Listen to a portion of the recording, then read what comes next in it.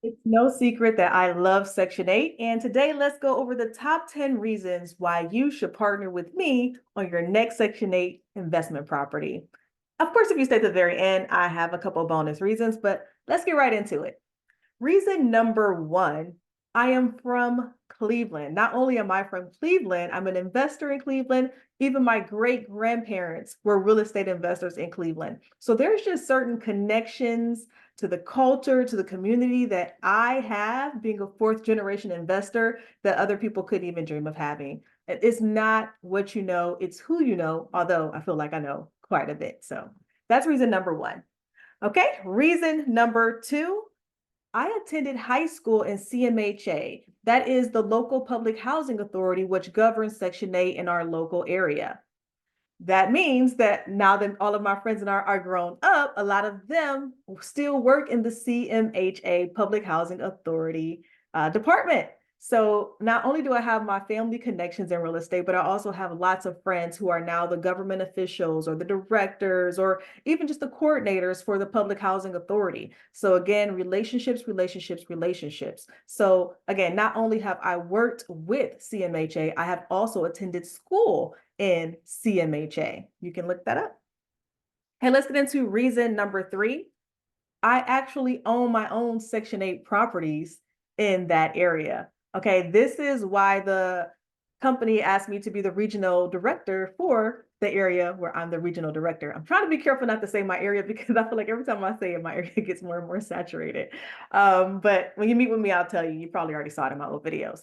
But anyway, that is specifically why I was chosen. I already own Section 8 properties in that area. I have for many, many years. And then in addition to myself, so does my mentor. So that's all I've ever done. My very first buy and hold properties were Section 8 rentals. So of course I have the logistics, the processes in place to support having Section 8 rentals from start to finish. That's from prospecting, finding the houses, getting the inspections, getting the certifications, having the contractors come in, finding the tenants, having the best property management company, financing. All of that has been in place for many years. I do everything the same way every single time. So that's reason number three. Reason number four, I have a different perspective on Section 8. What a lot of people don't know is that my father was a veteran. And at one point, he was a homeless vet, and he was able to get on the Section 8 program. Now, here where I live in Houston, Texas, although I invest obviously out of state, we have a huge homeless population, and a lot of them are vets. And I strongly support what the Section 8 program is doing. Nobody should go and fight for our country and sacrifice their lives, not only their lives, but the lives of their families back home who are also really serving with them, and you come back and you're sleeping in a tent or you're sleeping in a sleeping bag in the middle of the street. Absolutely not. So watching my dad go through that process of being homeless and seeing the confidence that came back to him once he was able to have his own home by using Section 8 vouchers was a game changer for me. So I see it differently. Some people have their biases. Oh, it's all these single moms or whatever. It's not. I mean, they are helping disabled people, people with mental illnesses, the elderly, so many people. So my perspective is different. So I really do truly have a heart for it. And obviously it is a very profitable niche. Okay, number five. So I show this picture all the time. If you've ever met with me, you've probably seen it, but there are pictures of me with the city mayors and the city legislators. Again, when you're a fourth generation real estate investor, and my great grandparents owned hotels and retail storefronts back when it was unheard of for Black people to do that. So you can imagine the relationships that they had to have that has been passed down. Those relationships are passed down. So yes, you'll see me in pictures with local legislators, the who's who, the movers and shakers of the city, because that's just, we grew up together. So obviously I don't want to get anyone in trouble, but I have certain benefits, if that makes sense with those relationships. Reason number six, I believe this really made the decision for everyone to want me to become the regional director for our investing in Section 8 in this area, because I was a school principal at a low-income school and a teacher for over a decade. And then I also serve on the board of directors for the YMCA. If you're not familiar with the YMCA, really look into it. It's an excellent organization. It's actually one of the largest ones in the world, nonprofit. So I say that to say, I am very used to and very well versed and educated in working with low income families, but not just families, working with the governmental entities that govern these programs in education and nonprofits, and obviously now in real estate and community. So I think it's very rare to find someone like me who's had experience hand to hand with families, going through it, and also can sit in the executive meetings and be a decision maker. So yeah, I like that part. Also, number 7, okay, budget. You have to remember, coming from working in a very large school district and coming from working with one of the largest, I think it might be the largest nonprofit organization in the world, I'm used to $1 million budgets. So having a fund of $100 million doesn't scare me at all. I've been doing it since my early 20s. So I think it makes people feel comfortable that I'm fiscally responsible, that I know how to take budgets and really make them work. So when investors are, giving us their money, and they can trust that your couple $100,000, I got it. Okay, I'm used to $100 million budgets. I got it. I got it. So anyway, that experience I think really separates me a lot. All right, where are we? Number 8. Let's be honest. The demographic in the area where we work, especially with Section 8 and low income tenants, they respond better to people who look like me. It is what it is. And that is not something that I'm going off of I feel or I think. We actually do the numbers and we do the surveys. So there's just certain rooms that I can go into, certain conversations that I can have, that I know how to have in a way that really resonates with the people that we're working with, be it the families or the governmental entities, even the local housing authorities. Most of them, look like me. We share a common culture, a common community. And we always joke around because we have, Bradley, who does the Beverly Hills or whatever part of our company. And we joke like Bradley could never come to the area where we invest in Section 8 properties and walk down the street and build the relationships that I have and sit in the local government meetings and all of that thing and all of that. He would stick out like a sore thumb.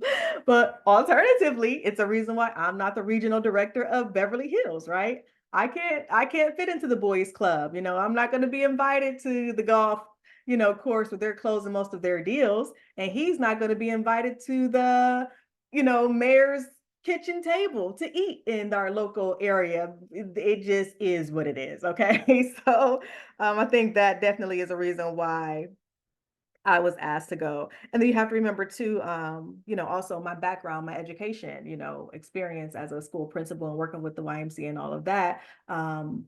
It takes a different type of approach, a more nurturing approach, a more collaborative approach, right? Whereas where our team is in Beverly Hills, they have to be bulldogs. That takes a totally different mindset. So I digress. Let's go to number 9. Okay, number 9, I think the reason why I was chosen, and I feel like I'm the best, I have a strong background in creative finance. If you watch my other videos, you see me talk about a lot about subject to and owner financing and liens and things like that. You can look at the other videos for that. But like one example is we had an investor come and he gave us a substantial amount of money, and he ended up getting a lot back. And he's like, "Well, what happened?" I was like, "Well, I was able to work out a deal where you got this house for $7,000 with $7,000." And it was cash flowing with the Section 8 tenant in there. And then, of course, a couple months later, we refinanced. And so of that 7,000, he was able to refinance and pull $38,000 out. So I'm not going to say I can do that every time, but it is in my wheelhouse. And when I can do it, I always want to do that and offer that to my partners, because I want to show you back, show you what I can do. And I'm a bit of a show off, it feels good to be like, I got to show a whole house for $7,000. Okay. All right. And then number 10, in addition to my experience with relationships and working with people in education and nonprofits and working with the government agencies and things like that, you have to remember I've been an entrepreneur for a very long time. So some of the first businesses that I built were wholesaling businesses. If you're not familiar with wholesaling, it's essentially direct to seller, and we're getting houses at a deep, deep discount. And then I also owned a construction company, right? And that's when we were doing a lot of flips and, big, huge rehab projects. So once I really dedicated my time to just real estate investing, I still have those connections and that experience, which means I'm still really good at finding excellent deals, properties at a very great price. And I also have excellent connections with our contractors. I'm really good at working with our project managers because I've been there, I've done that. I know what to look for. I know, for instance, when people look at our pictures, the before and afters, they're like, they all look the same.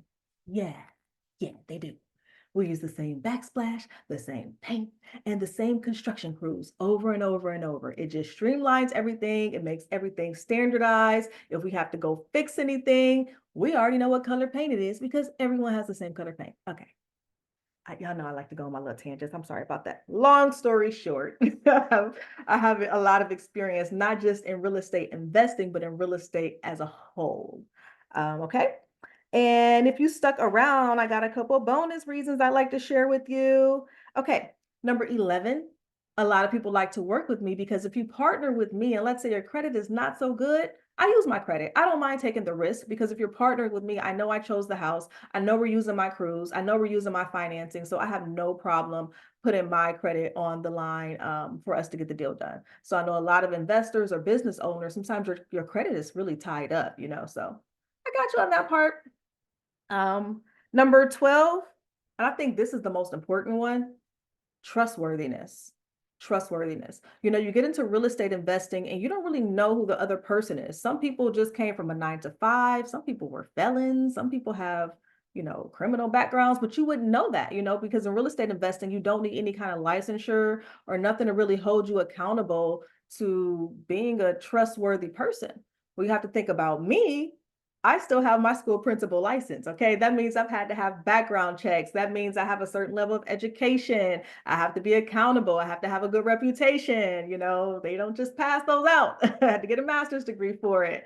Also, keep in mind, I also serve on a board of directors for a very large nonprofit organization. So that also means they're looking at my credit, my background check. I mean, if I had any kind of flaw anywhere with any kind of fraud or finance or anything, there's no way I'd be sitting on a board that prestigious. So I'm held accountable there. And then also, wearing my little pin today here. But I was also the president of Toastmasters, one of the largest ones in the country, actually. And I was elected for 2 terms. Same thing, accountable. People aren't electing me, and I had to be elected to the board as well. People aren't electing me. They wouldn't elect me if I wasn't trustworthy, if I didn't have the business acumen that I have, and I could not prove it. So I think trustworthiness is a big one, especially in real estate investing, especially since a lot of my partners, you guys have never met me before, although most of you do fly down to meet me, but some of you have never met me before, so you're sending me large sums of money, or that may seem large to you, that's relative. You need to know that it's with someone trustworthy. So I think it feels comfortable to know, hey, Ashley is bringing that 800 plus credit score.